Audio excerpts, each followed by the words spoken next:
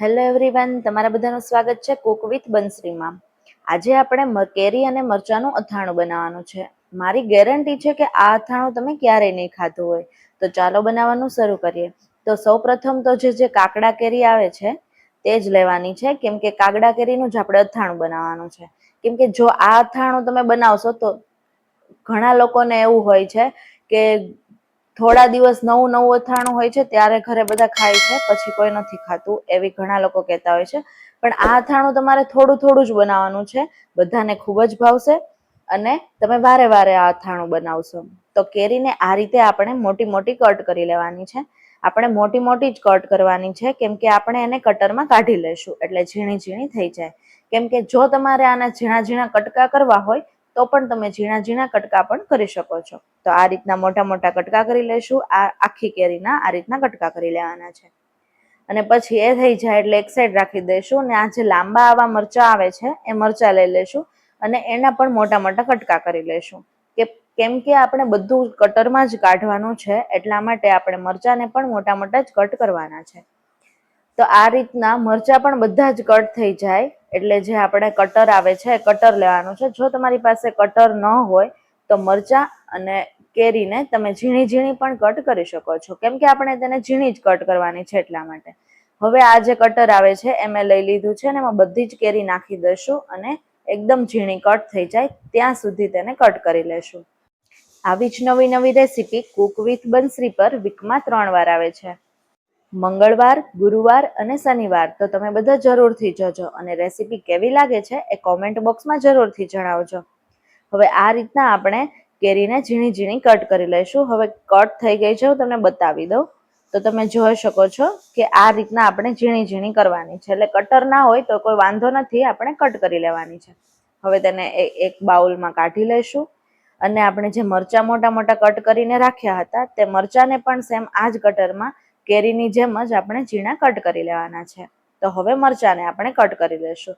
જો તમે લસણ ખાતા હોય તો તમારે આ મરચાની સાથે લસણની થોડી કળી નાખવી હોય તો પણ તમે નાખી શકો છો, ખૂબ જ સારી લાગશે. અને અથાણું આપણે થોડું થોડું જ બનાવવાનું ને થોડું થોડું જ ખાવાનું છે, એટલે લસણની કળી નાખેલી હશે તો પણ ખૂબ જ સારો આવી જશે. તો હવે મરચા પણ આપણા કટ થઈ ગયા છે, તો કેરીની સાથે જ તેને મિક્સ કરી લેવાના છે. મરચા નાખીને બધું જ સરખું મિક્સ કરી લઈશું. હવે મિક્સ થઈ જાય એટલે આપણે અથાણાનો એક સ્પેશિયલ મસાલો બનાવવાનો છે. આ મસાલો બનાવશું એનાથી જ અથાણાનો સ્વાદ સારો આવવાનો છે. તો એક પેલા કડાઈ લઈશું અને તેમાં વરિયાળી, આખું જીરું અને જે રાઈનો બોળો આવે છે એ મેં લીધેલો છે, એ થોડો જ લેવાનો છે, બીજું બધું વધારે નાખવાનું છે. થોડી મેથી નાખીશું, આખા ધાણા એડ કરી દઈશું અને જે કાચી રાઈ આવે છે જે આપણે રોજે યુઝ કરીએ છીએ એ રાઈ એડ કરી દઈશું. હવે બધું સરખું મીડિયમ ફ્લેમ ઉપર શેકી લઈશું અને થોડી વાર સરખું ગરમ થઈ જાય એટલે ગેસ બંધ કરી દેવાનો છે અને થોડી વાર માટે જ્યાં સુધી ગરમ હોય ત્યાં સુધી હલાવતું રહેવાનું છે. જો તમે વધારે ફૂલ ગેસ ઉપર હલાવશો તો આ બ્લેક પડી જશે, કેમ કે રાઈનો બોળો છે તે જલ્દી ગરમ થઈ જાય છે. હવે બધું સરખું હલાવી ગયું છે. ઠંડુ થઈ જાય એટલે આપણે મિક્સર કટરમાં તેને મિક્સ કરી લેવાનું છે. તો બધું જ એક મિક્સર કટરમાં લઈ લેશું અને તેની અંદર આપણે બધો મસાલો પણ એડ કરી દેવાનો છે સાથે સાથે. તો મેં અહીંયા 1.5 ચમચી જેટલું લાલ મરચું પાવડર નાખેલો છે, થોડી એવી હળદર અને સ્વાદ પ્રમાણે મીઠું એડ કરી દઈશું. આટલું વસ્તુ એડ થઈ જાય એટલે આપણે મિક્સર કટરમાં તેનો પાવડર બનાવી નાખવાનો છે.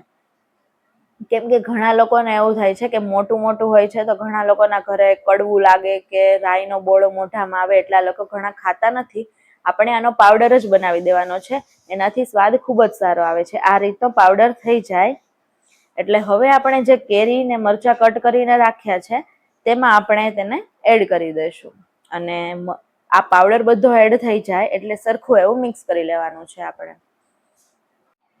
મારી ચેનલ પર પાત્રાની રેસીપી આપેલી છે. જો તમારે પાત્રાની રેસીપી જોવી હોય તો મેં અહીંયા મેન્શન કરેલી છે, તો તમે જરૂરથી ડિસ્ક્રિપ્શનમાં ચેક કરી લેજો.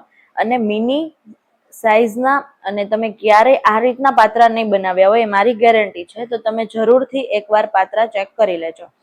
હવે આપણે કેરી મરચાની અંદર આ મસાલો એકદમ સરખી રીતે મિક્સ કરી લેવાનો છે. હાથથી મિક્સ કરી લઈશું એટલે સરખો એવો તે મિક્સ થઈ જાય. હવે તે મિક્સ થઈ જાય એટલે આપણે તેલ ગરમ કરવા માટે મૂકવાનું છે. અને તેલ ગરમ થાય એટલે આપણે ગેસ બંધ કરી દેવાનો છે. થોડો જ તે તેલ ગરમ થવા દેવાનું છે.